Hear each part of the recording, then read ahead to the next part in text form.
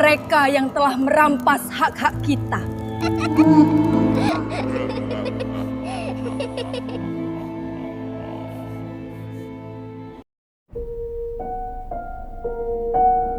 Di sebuah sudut desa Pacul yang terjepit di antara perbukitan kapur tandus dan hamparan sawah tada hujan, waktu seolah merayap, enggan beranjak.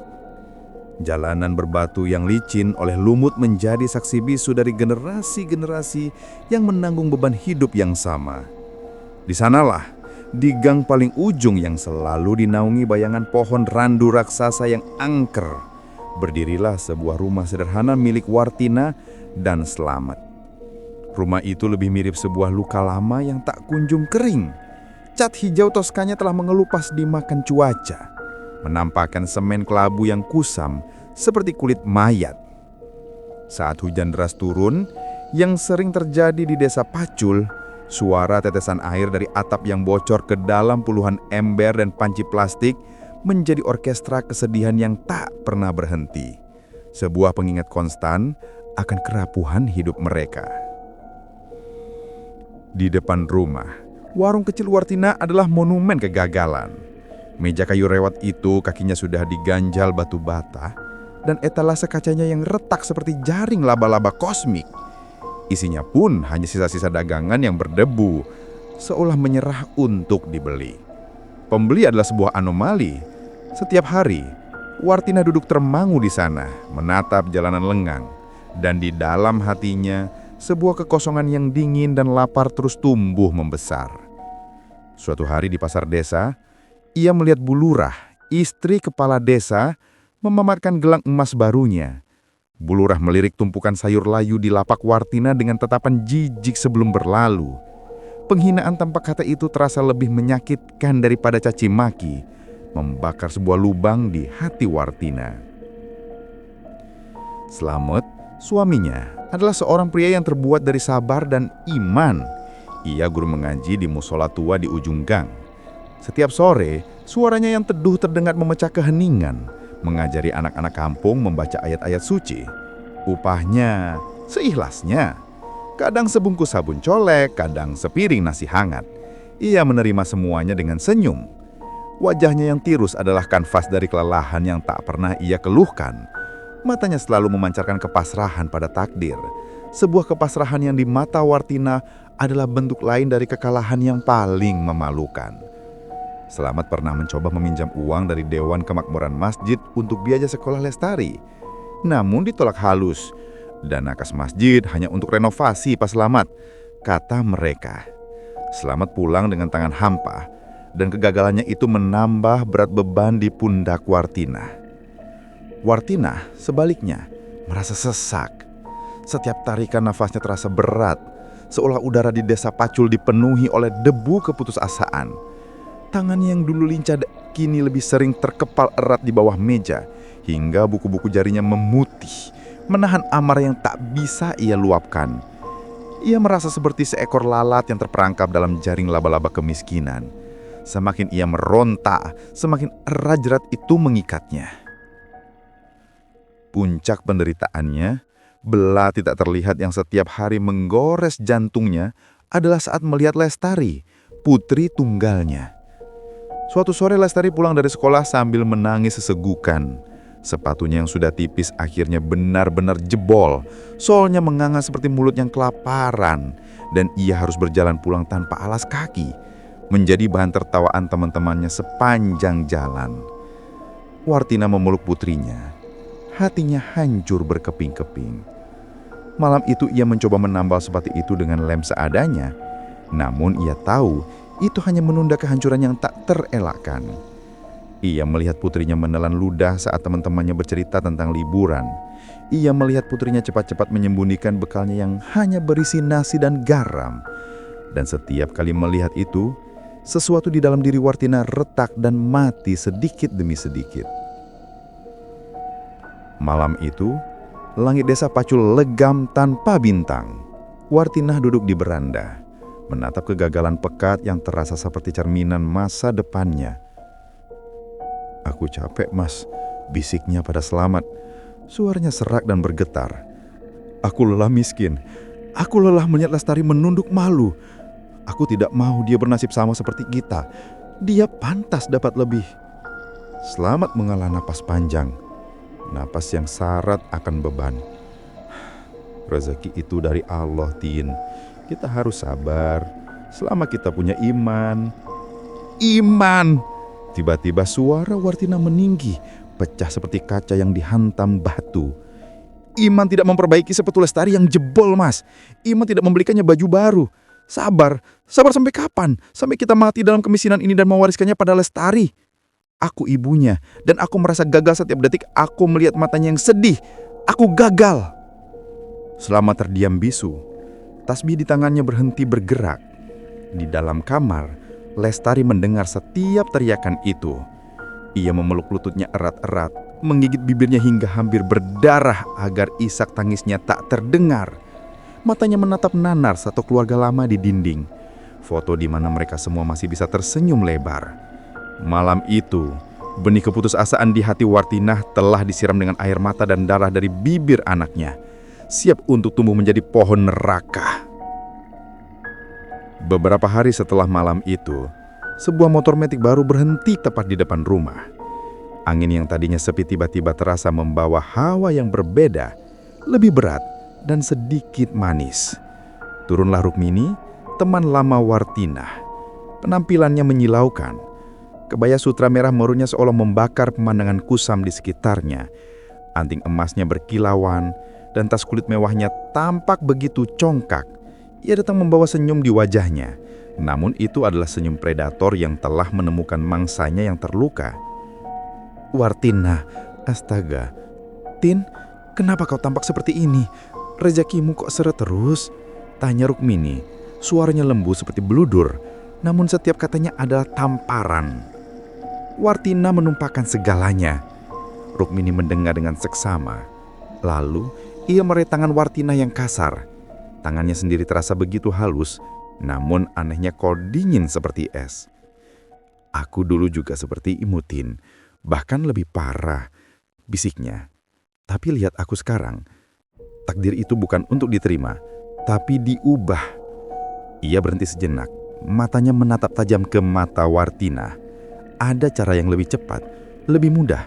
Cara yang tak butuh kerja keras, hanya butuh keberanian. Maksudmu? Tanya Wartina, separuh berharap, separuh terkejut. Rukmini tersenyum. Lalu ia mendekatkan bibirnya ke telinga Wartina.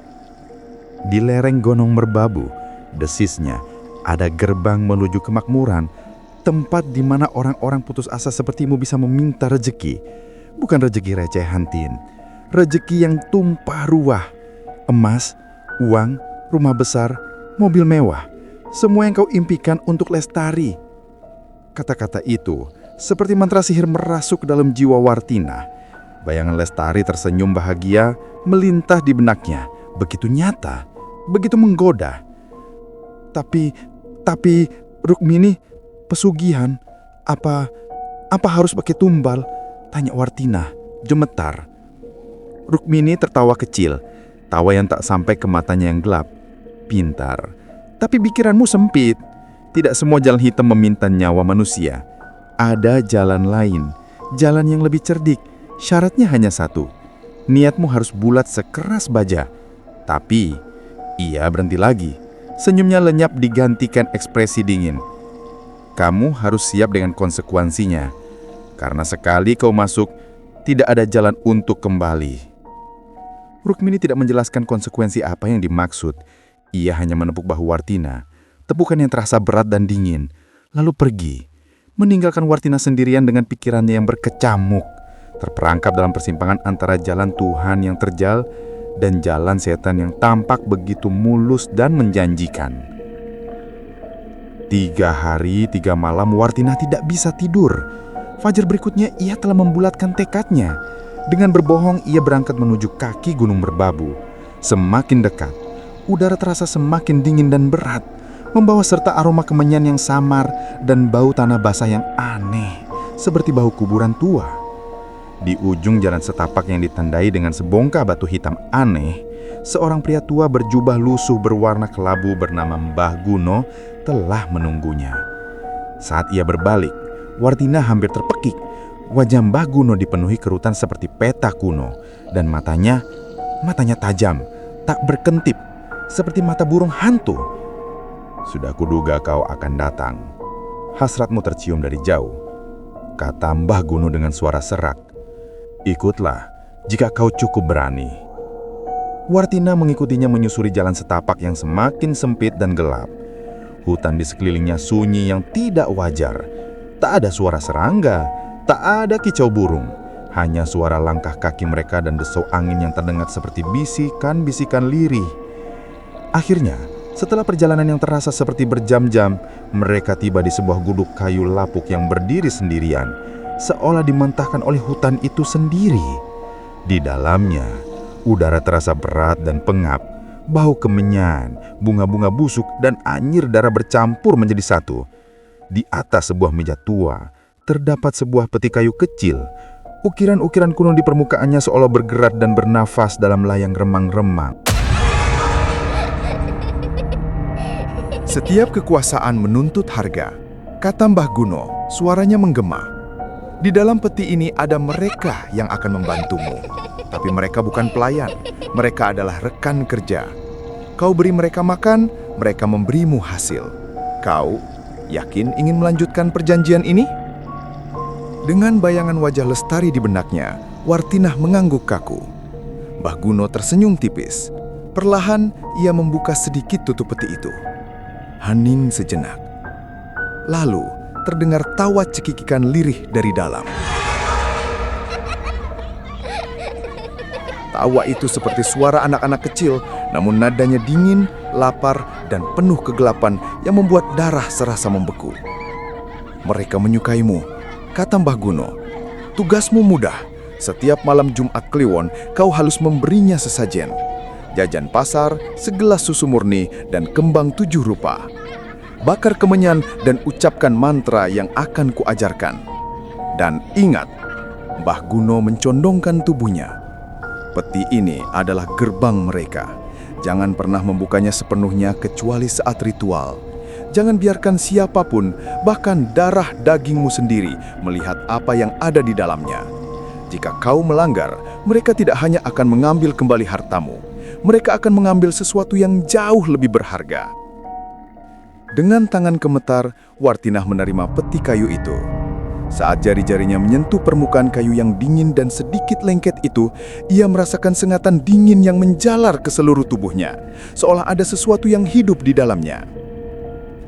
Malam Jumat Kliwon pertama tiba. Di kamarnya yang terkunci rapat, Wartinah menyiapkan ritual pertamanya. Asap kemenyan yang ia bakar tidak membumbung lurus ke atas, melainkan berputar-putar rendah seperti kabut hidup yang memeluk peti kayu itu. Dengan suara berbisik, bibirnya gemetar mengucapkan mantra aneh yang diajarkan Mbah Guno. Selesai mengucapkan mantra terakhir, keheningan mencekam menyelimuti ruangan. Lalu, terdengar tawa cekikikan itu kembali terdengar dari dalam peti. Kali ini lebih jelas, lebih dekat, seolah makhluk itu berada tepat di samping telinganya, menertawakan ketakutannya.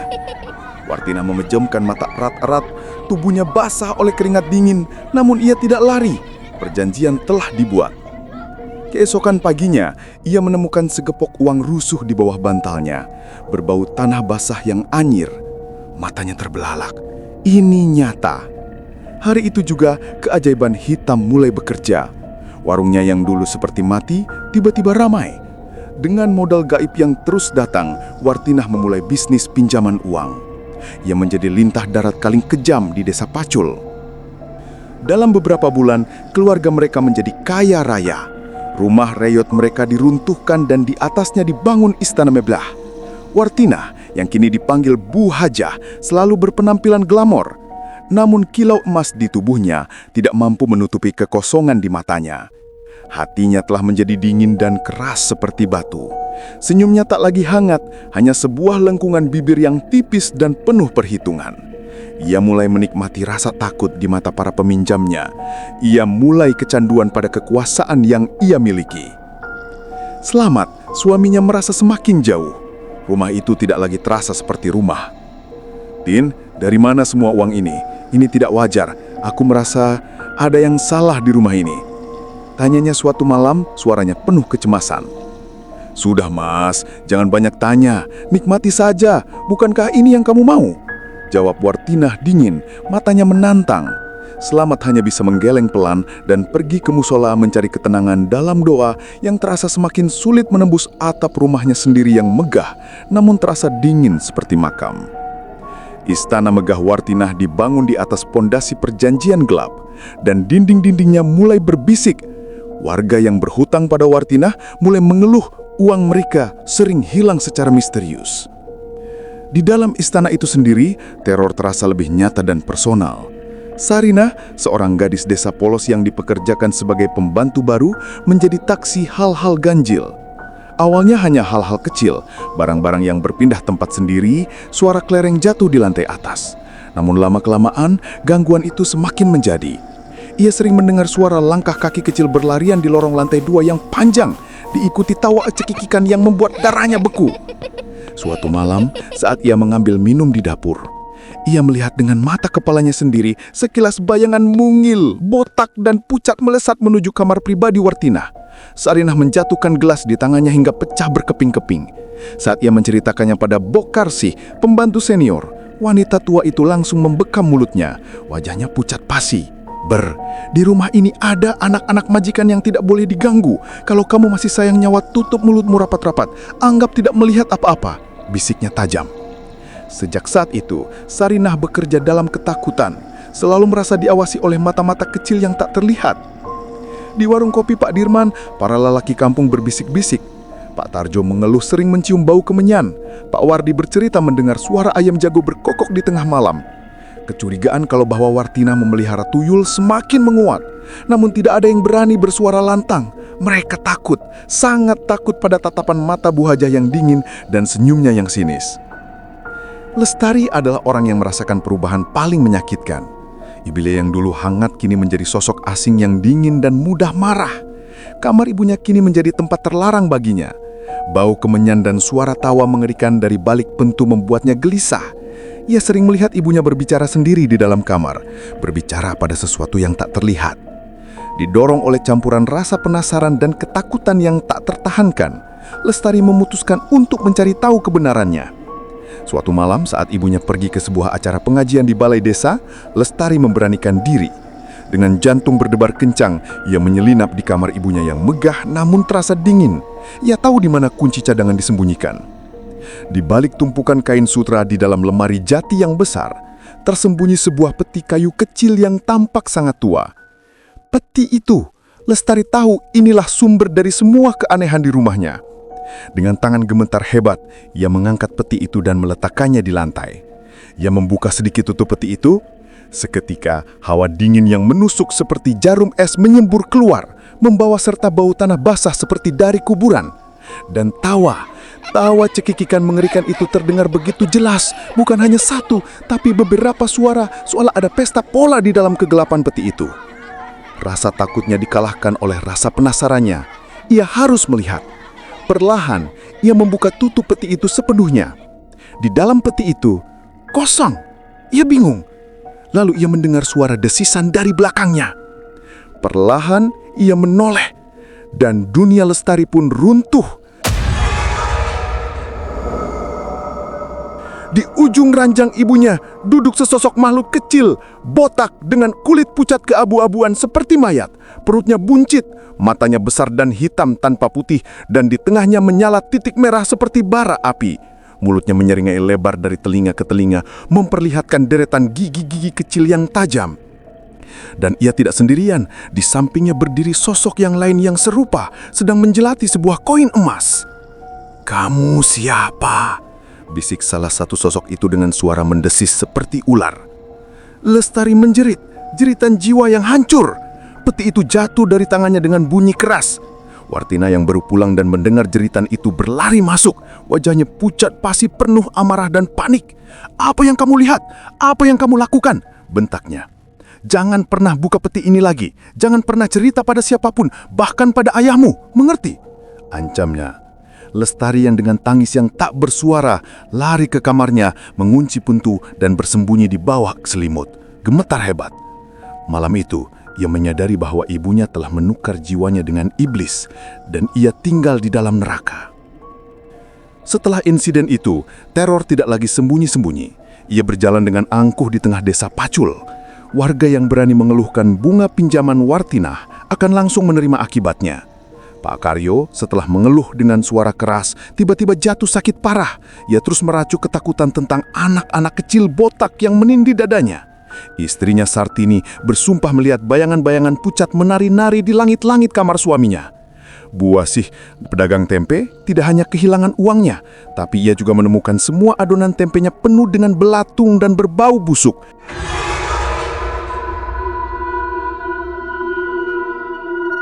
Warga desa Pacul kini hidup dalam cengkraman ketakutan. Mereka tercekik utang dan diteror oleh makhluk gaib. Wartinah, di sisi lain, telah berubah sepenuhnya. Ia merasa tak terkalahkan. Ia sering duduk sendirian di kamarnya, berbicara pada mereka seolah berbicara pada anak-anaknya. "Bagus, kerja bagus," bisiknya dengan senyum dingin. "Hukum mereka yang berani bicara, buat mereka takut." Dan tawa dari dalam peti itu seolah menjadi jawaban persetujuan yang riang. Ia telah menjadi ratu kegelapan di kerajaannya sendiri. Putus asa, warga akhirnya meminta bantuan Kiai Thohir, seorang ulama muda yang dikenal alim. Kiai Thohir mendatangi Wartinah di rumah megahnya. Dengan sopan dan lembut, ia mencoba menasihati Wartinah bahwa rizki haram hanya akan membawa musibah. Namun hati Wartinah sudah tertutup. Ia hanya tertawa sinis. "Urus saja masjidmu, Kiai, jangan ikut campur urusan rizkiku," katanya, lalu mengusir Kiai Thohir dengan angkuh. Merasa terancam, Wartinah kembali ke Gunung Merbabu untuk meminta kekuatan yang lebih besar. "Kau sudah kecanduan, nak," kata Mbah Guno. "Ritual kali ini menuntut tumbal yang lebih berat. Mereka meminta sebagian dari jiwamu." Tanpa ragu Wartinah setuju. Ia melakukan ritual di bawah pohon beringin tua. Dan kali ini bukan hanya 2, melainkan 3 sosok tuyul dengan mata merah menyala muncul dari kegelapan. Mengelilinginya lalu seolah masuk dan menyatu dengan bayangannya. Setelah itu, teror di desa Pacul mencapai puncaknya. Lestari tak bisa lagi tidur, dihantui mimpi buruk melihat ibunya dengan mata menyala merah diseret ke dalam tanah. Selamat setelah mendapat nasihat, menyadari bahwa ia harus membawa Lestari pergi sebelum terlambat. Malam Jumat Kliwon berikutnya menjadi akhir dari segalanya. Langit hitam pekat, angin berhenti berhembus, menciptakan keheningan yang mencekam. Tiba-tiba dari arah rumah Wartinah terdengar suara gemuruh. Semua lampu di rumah itu padam total. Lalu terdengar jeritan Wartinah yang melengking, jeritan kesakitan yang luar biasa, yang kemudian terputus tiba-tiba.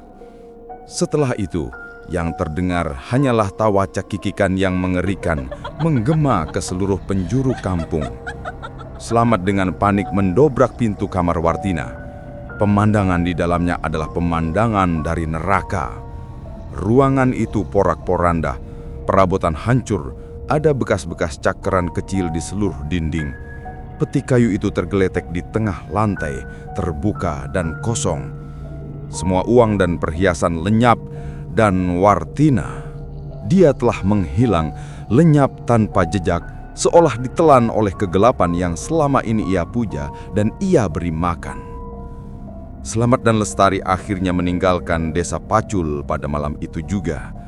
Hanya membawa pakaian di badan dan luka batin yang tak akan pernah sembuh.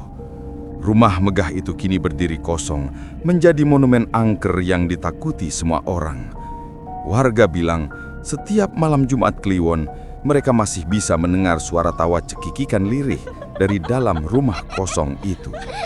Kisah Bu Hajah Wartinah, sang pengabdi tuyul, menjadi legenda abadi di desa Pacul, sebuah cerita tragis tentang ambisi yang menghancurkan, tentang keputusasaan yang membuka gerbang neraka, dan tentang harga yang harus dibayar untuk sebuah perjanjian dengan kegelapan.